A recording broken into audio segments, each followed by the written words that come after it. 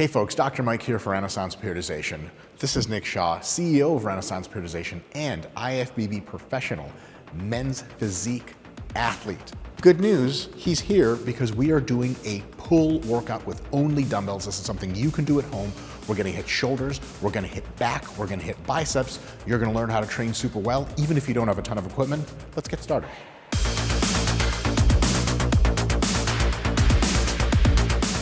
All right, folks. We have just a few exercises to do today, so this workout won't take long and it's gonna be ultra effective. We're gonna actually start with shoulders, and I wanna explain to you why. You can start with back or shoulders or biceps. It doesn't matter a ton, but here's the thing. In this workout, we're starting with shoulders because back is tough to train and it makes you really tired. And back training utilizes your biceps as well. So we wanna hit shoulders first to get them while they're fresh. And the thing is, when your shoulders are tired, it doesn't really interfere with any of the other back stuff we're gonna be doing. If you wanna reprioritize, you want biceps to be most important, you want back to be most important, this workout is more for an all-around look. Whatever you wanna prioritize, you just move to the beginning of your workout. If you're using the RP Hypertrophy app, link in description by the way, then you can always move your exercises to wherever you want, start new programs where you re-architect your plan to give whatever priority you want, be it shoulders, be it back, be it biceps. Nick is gonna start doing bent lateral raises, which hit the side part of the shoulder here and the back. And you'll notice he's bringing the dumbbells all the way up as high as he can, and he's controlling the descent because your muscles grow a ton when you control the descent. And as soon as he's done, he's gonna go right into the side laterals. That means that his shoulder is gonna be pre-exhausted. Now he's in a mechanically more advantageous, easier position, so he gets real close to failure in the bent laterals and then real close to failure again in the side laterals, and that's gonna nuke his shoulders right off of planet Earth. This also hits the traps to give you that Tom Hardy yoked look, which I'm still working on myself, but I got a ways to go. We are gonna do 3 sets total, but they're supersets, which means he is going to do 1 set of bent laterals, no rest, a set of side laterals. We're gonna write our reps down on the RP Hypertrophy app we're using to plan this whole workout. And then after that, he rests about a minute, wherever it takes to get his breathing back. And then he's gonna go another boom, boom, rear and side. Rest again, rear and side, 3 total sets, that's it. Slow, yes.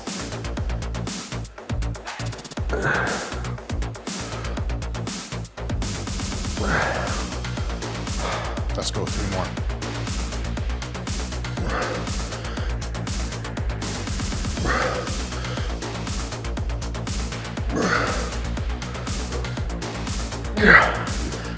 Ooh. Good stuff. Very good. Ooh, 15-pound dumbbells will humble you. They will.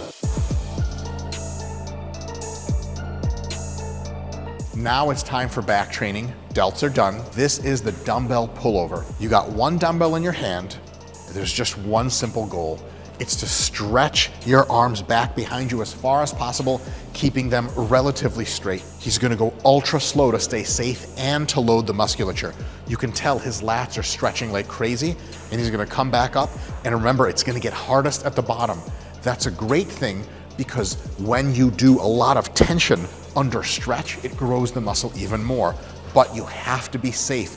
You have to go down super slow and find a place where your shoulder joint comfort is saying, hey, it's okay to keep going. Couple more.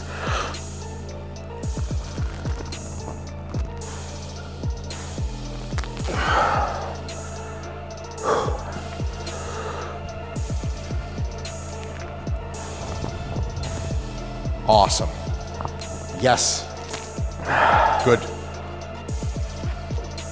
Ooh. Beautiful. Beautiful. Ooh, yeah, man, that stretch is pretty wicked. Good. Excellent. What the dumbbell pullover allowed us to do was to actually train our lats. And here's the thing. If you start with something like a dumbbell row, which we're gonna do next, you end up hitting all of the muscles of your back really well, except your lats aren't positioned ultra well in a dumbbell row to be stimulated very effectively. Because that stretch component is missing, if you're in a dumbbell row, you bring down here, there's not a ton of stretch on the lats. Lat stretch occurs over here. But we already hit the lat stretch with multiple sets of pullovers. Nick's lats are pre-exhausted. They are now gonna be one of the limiting factors, along with the rest of the back, In our next exercise, the bent over dumbbell row, let's kick it to that, warm up, and show you the technique.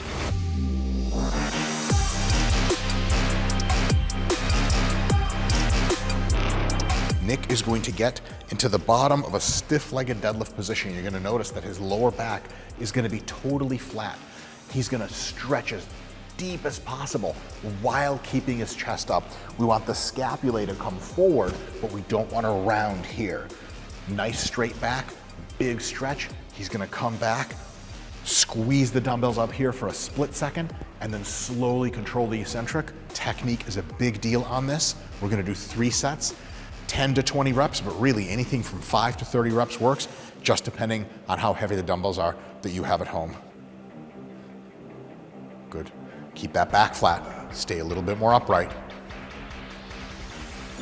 4 more. 1, chest up, even at the bottom. 2, chest up. There you go. Now that's tough. 3, and then one last one. Big moves. Perfect. Slow and rack. You guys notice at the top of that last rep, Nick really struggled to complete the repetition with good technique. We never ever want to break our technique down. You want good form from start to finish. But as it gets really tough to do the good technique, you know you're in that challenge zone. You're close to muscular failure, and that's where a lot of growth is stimulated. So if all your reps kind of look the same and they kind of feel the same and everything's nice and easy, yeah, you're working out, but you won't get the best results. Every set, you've got to push it. Not maximum. The idea is challenge in every session with excellent technique, and over the weeks, progress, progress, progress. Just a little bit more weight if you have multiple dumbbells, or a rep here and there added in addition if you have the same dumbbells. If you have the RPI Hypertrophy app, it does this planning for you, so it sets a goal for you. But even if you're just doing this without the app, just challenge yourself a little bit more.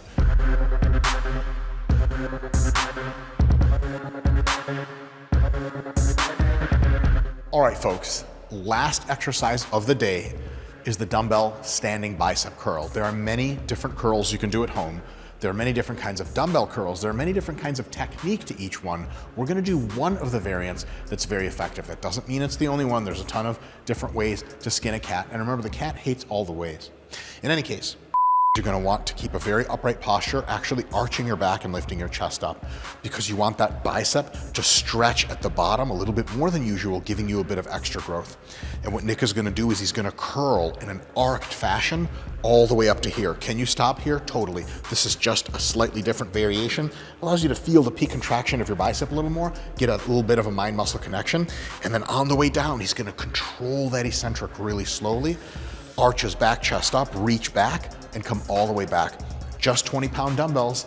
He has huge arms. He's a professional bodybuilder. That's all he's gonna need after this whole workout, but it has to be high relative effort. It has to be close to failure. If we don't see suffering faces, he's fired. No way to work for him. I'm fired. Slow. Yes. That hurts more. It's supposed to hurt more. Good. Slow. 5 more. 1. Slow. No breaks either. 2. 3. 4. 5. Oh, couple more. Yes. Go. And then slow as if you're gonna do another. Amazing. Good stuff. Ouch. That hurt me just looking at it. Guys, what you just saw is something really important. Nick finished his last rep barely. You didn't see him do any of this. No bad technique. That's point number 1. No matter how close you get to failure, just do your good technique. If you fail, no big deal. Just write down however many reps you got, no problem. The second thing is also super important. When you've gone just almost to failure and you finished a rep, the eccentric, the descent, the controlled lowering is the next thing left over. It's not just like it ends and you throw away the dumbbells. You could, but consider this. Muscles grow the most when a crap load of tension is imposed on them when they are the most fatigued. When is your muscle the most fatigued? When it's just reached its pinnacle of performance here. You use that opportunity to kick the muscle while it's down so that you can slowly lower. And this is gonna be awful and painful as if you're gonna do another repetition. And then you put it down. That extra lengthening contraction, that extra eccentric, even though it's half a repetition, has a vastly disproportionate effect on your muscle growth from that whole set.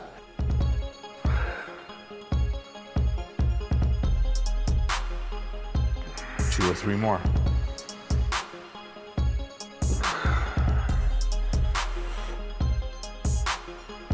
One more.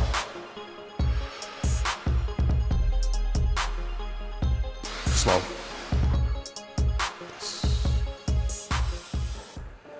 Nick, how do you feel? Tired, man. It's a lot harder than it looks. Yes. Than you'd think. Yes. It's crazy. Your technique was excellent. You pushed yourself hard. Great at-home dumbbell workout, even though we're in a recording studio. But I actually live here. I have no home. And we're gonna end this on a sad note. Folks, link in the description. Check out the RP Hypertrophy app.